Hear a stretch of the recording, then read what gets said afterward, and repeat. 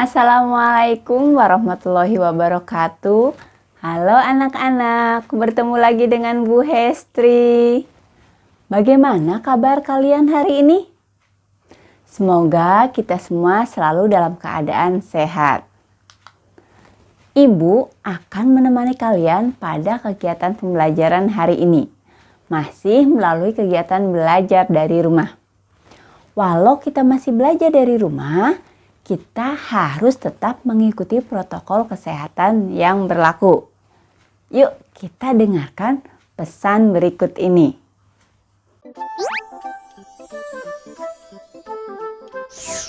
Halo sahabat Dikbud, di masa kebiasaan baru seperti sekarang ini, ingat selalu pesan ibu. Keluar rumah kalau penting saja ya nak, ingat untuk selalu 3M. 3M itu mudah dilakukan dan bisa mencegah penyebaran virus corona. Menggunakan masker, mencuci tangan dengan sabun dan air mengalir, menjaga jarak. Sahabat Dikbud, kalau kamu sayang keluarga, jangan bawa virus ke rumah ya. Ingat pesan ibu, ingat 3M.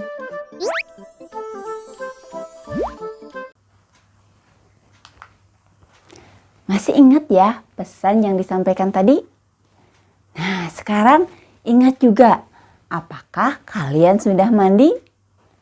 Berpakaian bersih dan rapi, serta sarapan pagi?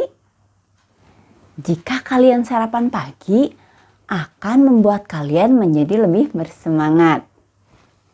Jangan lupa juga untuk menyiapkan peralatan belajar kalian.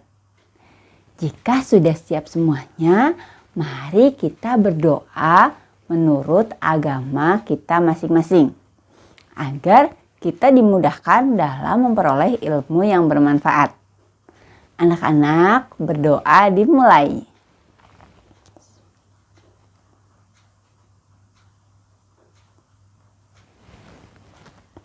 Berdoa selesai. Amin.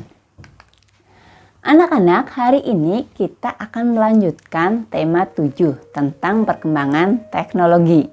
Masih di subtema 2, perkembangan teknologi produksi sandang. Kita melanjutkan di pertemuan yang kedua. Apa sih tujuan dari materi kali ini? Tujuannya yang pertama, dengan membaca teks diharapkan kalian dapat mengidentifikasi ide pokok dari teks tentang perkembangan teknologi produksi sandang di lingkungan tempat tinggal kalian dengan tepat. Kemudian, tujuan yang kedua, dengan mencermati teks, diharapkan kalian dapat menyusun informasi tentang perkembangan teknologi produksi sandang di lingkungan setempat dengan tepat. Kemudian, yang ketiga, dengan mencermati gambar, diharapkan kalian dapat mengidentifikasi keberagaman pekerjaan individu dalam kehidupan sehari-hari di lingkungan sekitar. Kemudian, yang keempat, dengan mencermati gambar, diharapkan kalian dapat menjelaskan pentingnya memahami keberagaman karakteristik setiap individu. Dan yang terakhir, dengan mencermati gambar diharapkan kalian dapat menjelaskan pentingnya memahami keberagaman karakteristik individu di lingkungan setempat. Anak-anak, yuk kita cari tahu tentang materi yang akan kita pelajari. Jika kalian kemarin sudah belajar tentang bahan dasar pakaian, maka kali ini kita akan belajar tentang bagaimana sih cara mengolah bahan dasar pakaian? Kita cari informasinya berdasarkan teks berikut ini. Mari kita simak bersama-sama. Mengolah bahan dasar pakaian. Indonesia kaya akan bahan dasar pakaian. Ada serat alami yang berasal dari kapas, daun, kayu, batang pohon, kepompong ulat sutra, dan bulu domba. Ada juga bahan dasar berupa serat buatan seperti nilon. Dahulu, Bahan dasar pakaian diolah dengan cara sederhana. Daun dijemur hingga kering, lalu dipukul-pukul hingga tipis. Kulit hewan direndam dan dikeringkan. Semua diolah menjadi pakaian. Saat ini bahan dasar pakaian diolah secara modern. Bahan dasar diolah menjadi serat. Serat dipintal menjadi benang. Lalu benang ditenun menjadi kain. Semua itu dilakukan dengan mesin yang canggih. Cara mengolah kain menjadi pakaian juga semakin maju. Mulanya kain dijahit dengan tangan. Kemudian kain dijahit dengan mesin jahit yang digerakkan kaki. Saat ini kain dijahit dengan mesin jahit modern. Pembuatan pakaian berkembang dengan cepat. Bahan dasar yang digunakan semakin banyak. Mesin-mesin yang mengolah bahan dasar juga semakin canggih. Pakaian yang dihasilkan semakin beragam. Bersyukurlah kepada Tuhan karena kita memiliki pakaian. Nah, anak-anak, dari teks bacaan tersebut dapat kita temukan informasi yang sangat penting. Informasi apa saja itu? Yuk kita perhatikan. Pada paragraf pertama, kita mendapatkan informasi Indonesia kaya akan bahan dasar pakaian. Kemudian, paragraf yang kedua, dahulu bahan dasar pakaian diolah dengan cara sederhana. Kita lanjut ke paragraf yang ketiga. Informasi yang kita dapat adalah saat ini bahan dasar pakaian diolah dengan cara modern. Nah, kita lanjut ke paragraf yang keempat. Cara mengolah kain menjadi pakaian juga semakin maju. Paragraf yang terakhir, paragraf kelima, pembuatan pakaian berkembang dengan cepat. Kalian sudah mengetahui isi cerita dari teks yang tadi kalian simak. Informasi apa saja yang kalian dapatkan dari teks tersebut? Coba kalian tuliskan pada lembar informasi berikut. Kalian tulis berdasarkan hasil pemikiran kalian.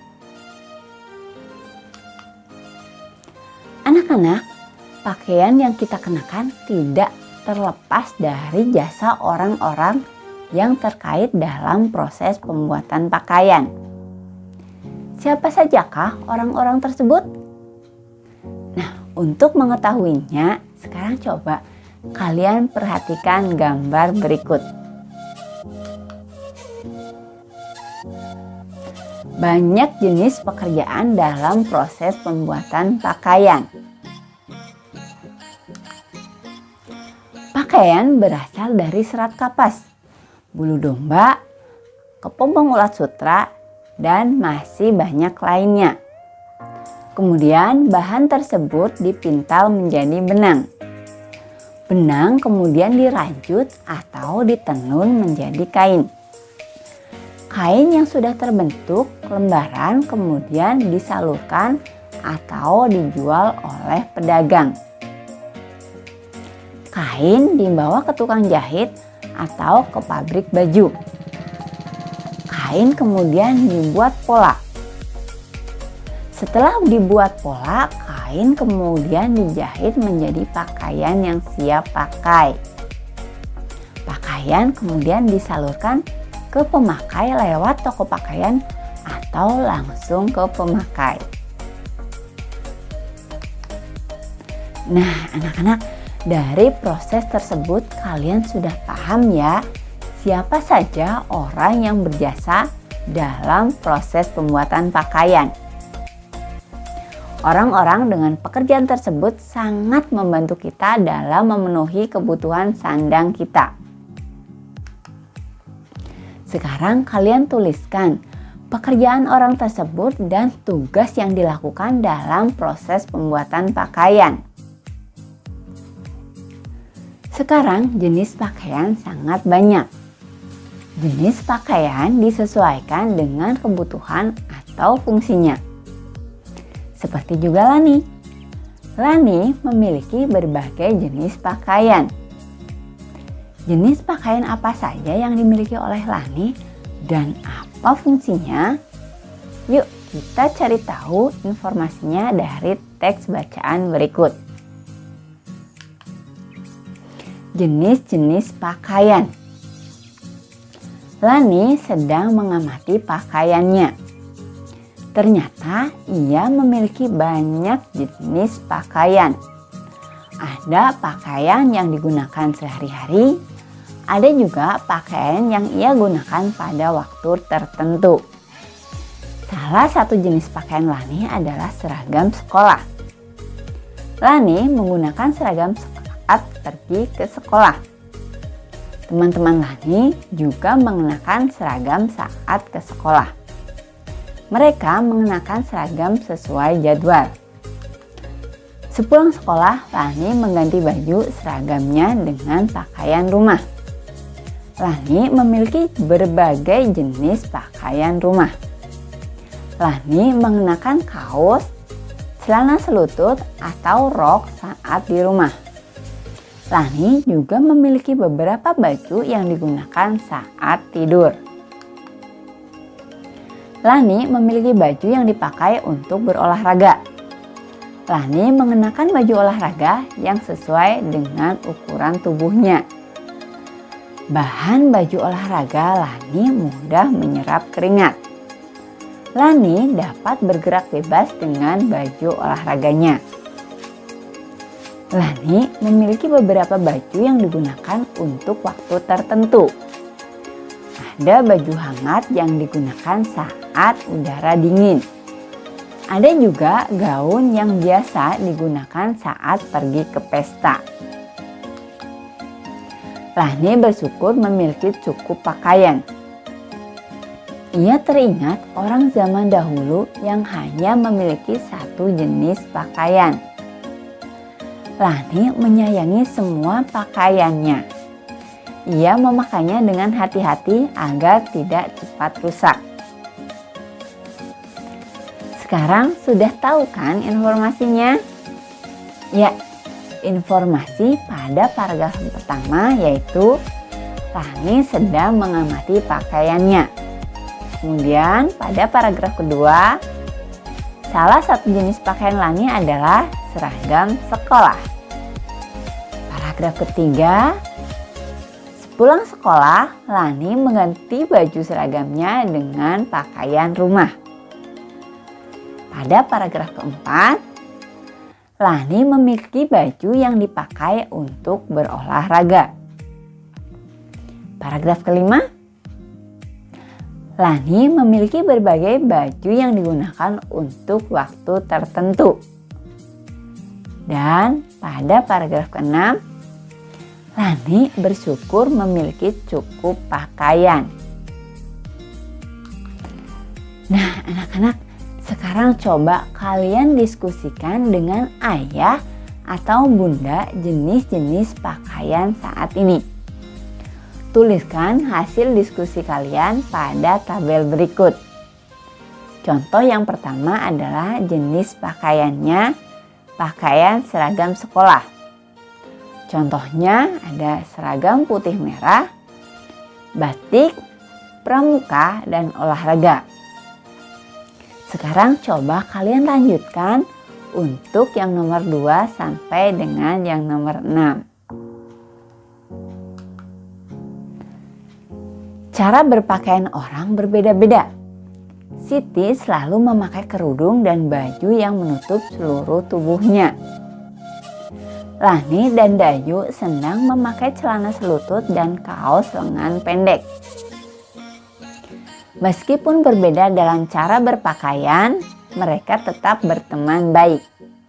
Mereka saling menghargai. Nah, anak-anak, coba kalian perhatikan. Setiap orang memiliki kebiasaan atau cara berpakaian masing-masing. Begitu juga kalian di rumah. Kalian dengan teman kalian atau dengan anggota keluarga kalian memiliki cara berpakaian yang berbeda-beda. Walaupun cara atau kebiasaan berpakaian kita berbeda-beda, kita harus tetap menghargai. Anak-anak, alhamdulillah, materi pada hari ini sudah selesai. Kita sudah belajar tentang proses pembuatan pakaian dan orang-orang yang berjasa dalam proses pembuatan pakaian. Kita juga sudah belajar tentang bagaimana cara menghargai keberagaman individu di lingkungan sekitar kita. Salah satu contohnya adalah menghargai keberagaman cara berpakaian orang-orang yang ada di sekeliling kita. Materi kita hari ini sudah selesai. Semoga apa yang Ibu sampaikan hari ini bermanfaat bagi kalian dan bagi kita semua. Selamat belajar. Terima kasih. Sampai ketemu lagi dengan Ibu pada materi selanjutnya. Wassalamualaikum warahmatullahi wabarakatuh.